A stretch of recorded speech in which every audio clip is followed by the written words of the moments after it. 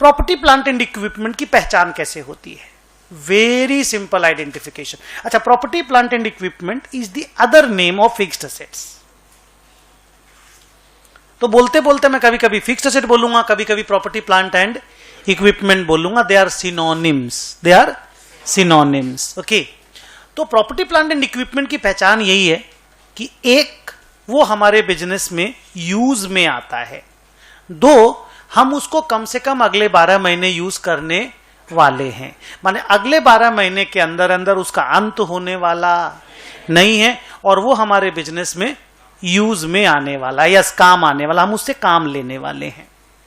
अब बच्चों को जब बोलते हैं ना काम लेने वाले हैं, तो एक पर्टिकुलर तरह का काम अगर वो समझते हैं तो वो गलत समझते हैं। काम मैं किसी भी तरीके से किसी भी एसेट का ले सकता हूं। फॉर एग्जाम्पल, मेरे फैक्ट्री में जो मशीन है वो प्रोडक्शन के काम आती है।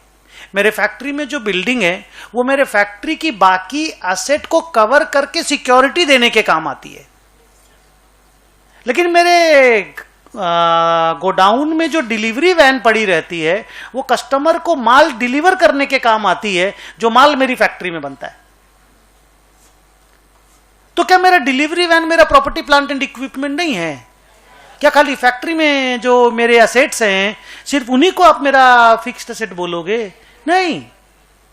अब मेरी दुकानें हैं जहां पे मैं वही वाला माल बेचता हूं जो मेरी फैक्ट्री में बन के आता है, तो वो दुकान का जो बिल्डिंग है, मेरे दुकान में जो फर्नीचर है, जो शोकेस बनाया हुआ है, जो काउंटर्स बनाए हुए हैं, जो फर्नीचर जिसको आप बोलते हो, क्या वो मेरे एसेट नहीं है?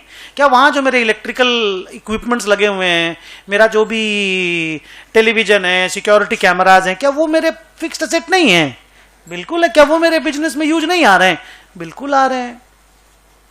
दो ही कैरेक्टरिस्टिक है, सिंपल। एक, हम अपने बिजनेस में उसको यूज में ले रहे हैं, और दो, उसकी बची हुई जिंदगी 12 महीने से ज्यादा की है, मतलब उसको वो लॉन्ग टर्म असेट है। अगर ये दो कैरेक्टरिस्टिक कोई भी असेट फुलफिल करता है तो हम उसको प्रॉपर्टी प्लांट एंड इक्विपमेंट के डेफिनेशन के अंदर डाल देते हैं।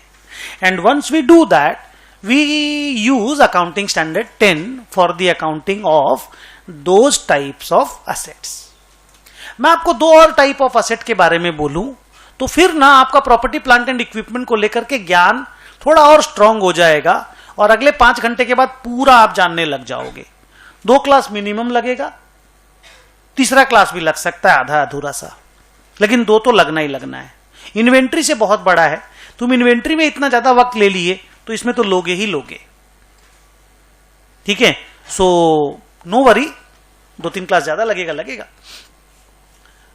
हम लोग 2 और तरह की एसेट्स रखते हैं अपने बैलेंस शीट में। एक होता है इन्वेस्टमेंट, एक होता है इन्वेंट्री। एक होता है इन्वेस्टमेंट और एक होता है इन्वेंट्री। तो इन्वेंट्री का तो तुम एस पढ़ चुके हो, तो इन्वेंट्री को तो तुम पहचानने लग गए हो किस तरह की एसेट है। तो मैं अगर तुमको एक लाइन में बोलूं, अगर एक वर्ड में है, एक लाइन में, कि तुम एक इन्वेंट्री को और एक फिक्स्ड असेट को कैसे डिस्टिंग्विश करते हो? हाँ, वो तो स्टॉक तो सिनोनिम बोले ना तुम। हाँ, इन्वेंट्री हम बेचने के लिए एक्वायर करते हैं और फिक्स्ड असेट हम यूज करने के लिए एक्वायर करते हैं। मतलब कुल मिलाकर के बच्चों, अगर आप डिस्टिंक्शन का वो पॉइंट बोलोगे ना जहां पे वो इट विल हिट हार्ड, तो that point is purpose of holding the asset is different. मैं इन्वेंट्री को जो होल्ड करने का मेरा पर्पज है और मेरा फिक्स्ड असेट को होल्ड करने का जो पर्पज है, दोनों अलग अलग है। और वहीं से whether we will use AS2 और वी विल यूज AS10 ये डिसाइडेड होता है। क्योंकि जैसे आप 2 पढ़ते हो तो कॉस्ट और NRV which ever is lower का फंडा आता है, उसमें मार्वो, रॉ मटेरियल, WIP, कितना चीज पढ़े, कितने सम्स बनाए, बहुत सारा नॉलेज हम लोगों ने इन्वेंट्री को लिया, और बहुत सारे सम्स आप लोगों ने डिस्कस किए क्लास में, होमवर्क वगैरह के। So that was nice. Property plant and equipment को आप जब होल्ड करते हो तो आपका पर्पज ऑफ होल्डिंग अलग होता है। वैसे एक असेट है इन्वेस्टमेंट्स, जो मैं होल्ड करता हूं, होल्डिंग का पर्पज ही अलग है। डिविडेंड कमाना है, इंटरेस्ट कमाना है, कैपिटल गेन कमाना है। इन्वेस्टमेंट की बात बोल रहा हूं, मैं स्टॉक मार्केट में इन्वेस्ट करता हूं, क्यों? डिविडेंड और कैपिटल गेन के लिए, कि भाई 1200 में खरीदेंगे, 1500 में बेचेंगे, 1200 में खरीदेंगे, 1900 में बेचेंगे। 2000 में खरीदेंगे, 3000 में बेचेंगे, 5000 में बेचेंगे। लेकिन ये जो क्या नाम रिकॉर्डिंग मशीन है, ये जो कैमरा है, ये जो माइक्रोफोन सिस्टम है, ये मैंने इसलिए नहीं खरीदा है। आप समझ रहे हो क्या डिफरेंस है? ये मैंने अपने बिजनेस में, अच्छा पैसे बेटा दोनों में लगते हैं, ऐसा थोड़ी कि इसमें कम पैसे लग रहे हैं। ये भी 1.25 लाख की एसेट है, वो कैमरा भी 20 लाख का है, ये पूरा प्रेमाइसिस भी 70 लाख रुपया का है। अब तो 2 करोड़ से ऊपर का है आज के दिन, लेकिन फिर भी जब मैंने खरीदा 70 लाख का था। तो ये मैंने उसलिए नहीं खरीदा कि मेरे को डिविडेंड मिल जाए, इंटरेस्ट मिल जाए, कैपिटल अप्रिसिएशन मिल जाए। मिल जाए तो मैं ले लूंगा, क्योंकि आने वाली चीज बुरी थोड़ी है।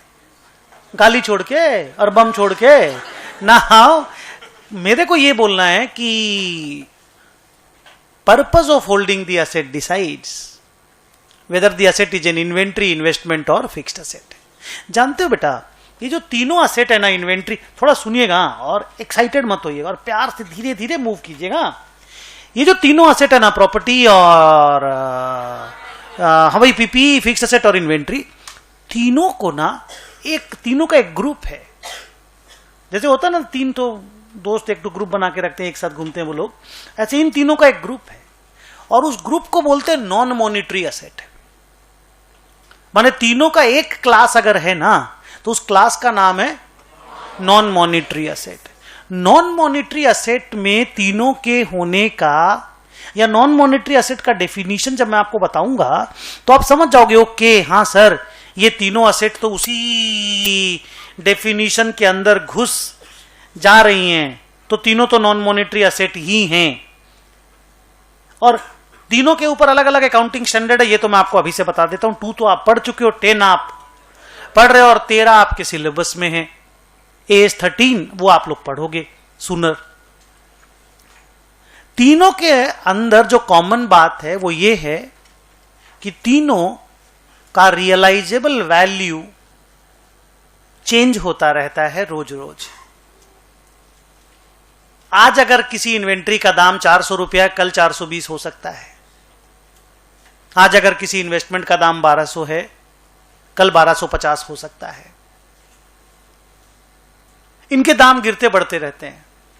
सन्ड्री डेटर का दाम गिरेगा बढ़ेगा नहीं। आज अगर तुम किसी से 2 लाख पाते हो, कल भी 2 लाख पाओगे। आज अगर तेरे पास कैश इन हैंड 50 रुपया है, कल भी 50 रुपया रहेगा। उसके मार्केट प्राइसेस बदलते नहीं रहते। उस तरह की एसेट्स को बोला जाता है बेटा मॉनिटरी एसेट। क्या? लेकिन इन तीनों एसेट का, हाँ, they are called non monetary asset. तो आज के करीब करीब 1.5 महीने बाद हम नॉन मॉनिटरी एसेट को एक बार वापस से जिक्र करेंगे। तो आपके पास ये आंसर होना चाहिए कि ये non monetary asset is an asset whose realizable value keep on changing. Today they may be realizing in X amount, tomorrow it may be X plus 2 or X minus 3. It may be anything. And there are only 3 assets which are included in non-monetary assets. They are inventories, investments and PPE. Can I stop now?